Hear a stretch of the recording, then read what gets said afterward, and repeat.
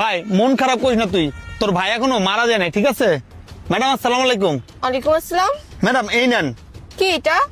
এটা আমার resign letter. আমি আর আপনার কোম্পানিতে কাজ করব না ম্যাডাম।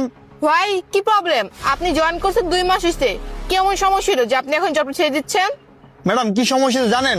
আজকে আমার ছোট ভাইয়ের বার্থডে, আমি ম্যানেজার স্যারের কাছে ছুটি চাইছিলাম, উনি আমাকে অনেক অপমান করছে।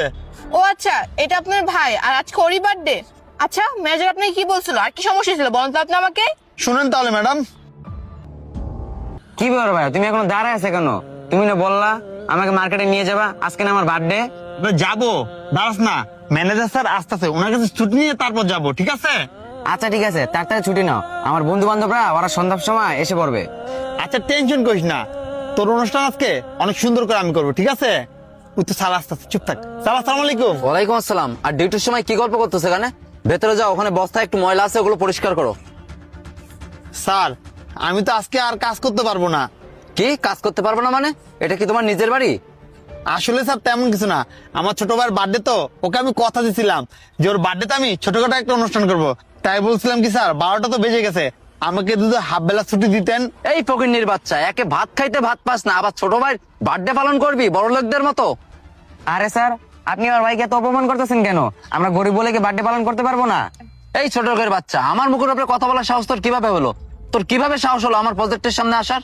স্যার কি করতেছেন, ও তো একটা ছোট মানুষ। এই চুপ থাক, আর একে এক্ষুনি এখান থেকে বের কর। আর তুই যদি ছুটির কথা বলিস তোর চাকরি কিন্তু থাকবে না। ম্যাডাম এই ঘটনাই ঘটছিল, এখন আপনি বলেন এখানে আমার অন্যায়টা কি? আমরা গরিব দেখে কি আমরা কোনো অনুষ্ঠান করতে পারবো না? আচ্ছা নয়ন সাহেব, আপনি ঠান্ডা হন, আমি রশিদ সাহেবকে এখনই ডাকাচ্ছি। ম্যাম সালাম আলাইকুম। ওয়ালাইকুম আসসালাম। ম্যাম এখানে কি আপনি আসতে বলছিলেন আমাকে? হ্যাঁ, আপনাকে আমি এখানে আসতে বলছিলাম। এই ছোট লোকের বাচ্চা, তো ছোট ভাইকে এখন এখান থেকে পাঠাস নাই? রশিদ সাহেব চুপ থাকেন, আপনার এত বড় সাহস, আমি মালিক এখানে দাঁড়া থাকা সত্ত্বেও আপনি আমার কর্মচারীদেরকে বকা দিচ্ছেন? এত বড় সাহস আপনাকে কে দিছে? আসলে ম্যাডাম কাজের সময় ও ছোট ভাইয়ের সাথে এখানে দাঁড়িয়ে গল্প করতেছে, তার জন্য বলছিলাম। উনি এখানে দাঁড়িয়ে গল্প করতেছিল নাকি কি করতেছিল এটা আমি মালিক, আমি বুঝবো, আপনি না। আপনাকে আমি নাক গলাতে বলিও নাই। আর উনি যখন আপনার কাছে ছুটি চাইছিল তখন আপনি ওনাকে কি বলতেন?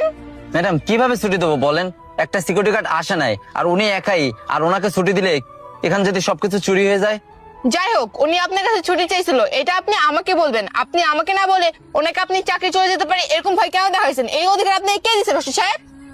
ম্যাডাম সরি, আসলে আমার ভুল হয়ে গেছে, আমি বুঝতে পারিনি।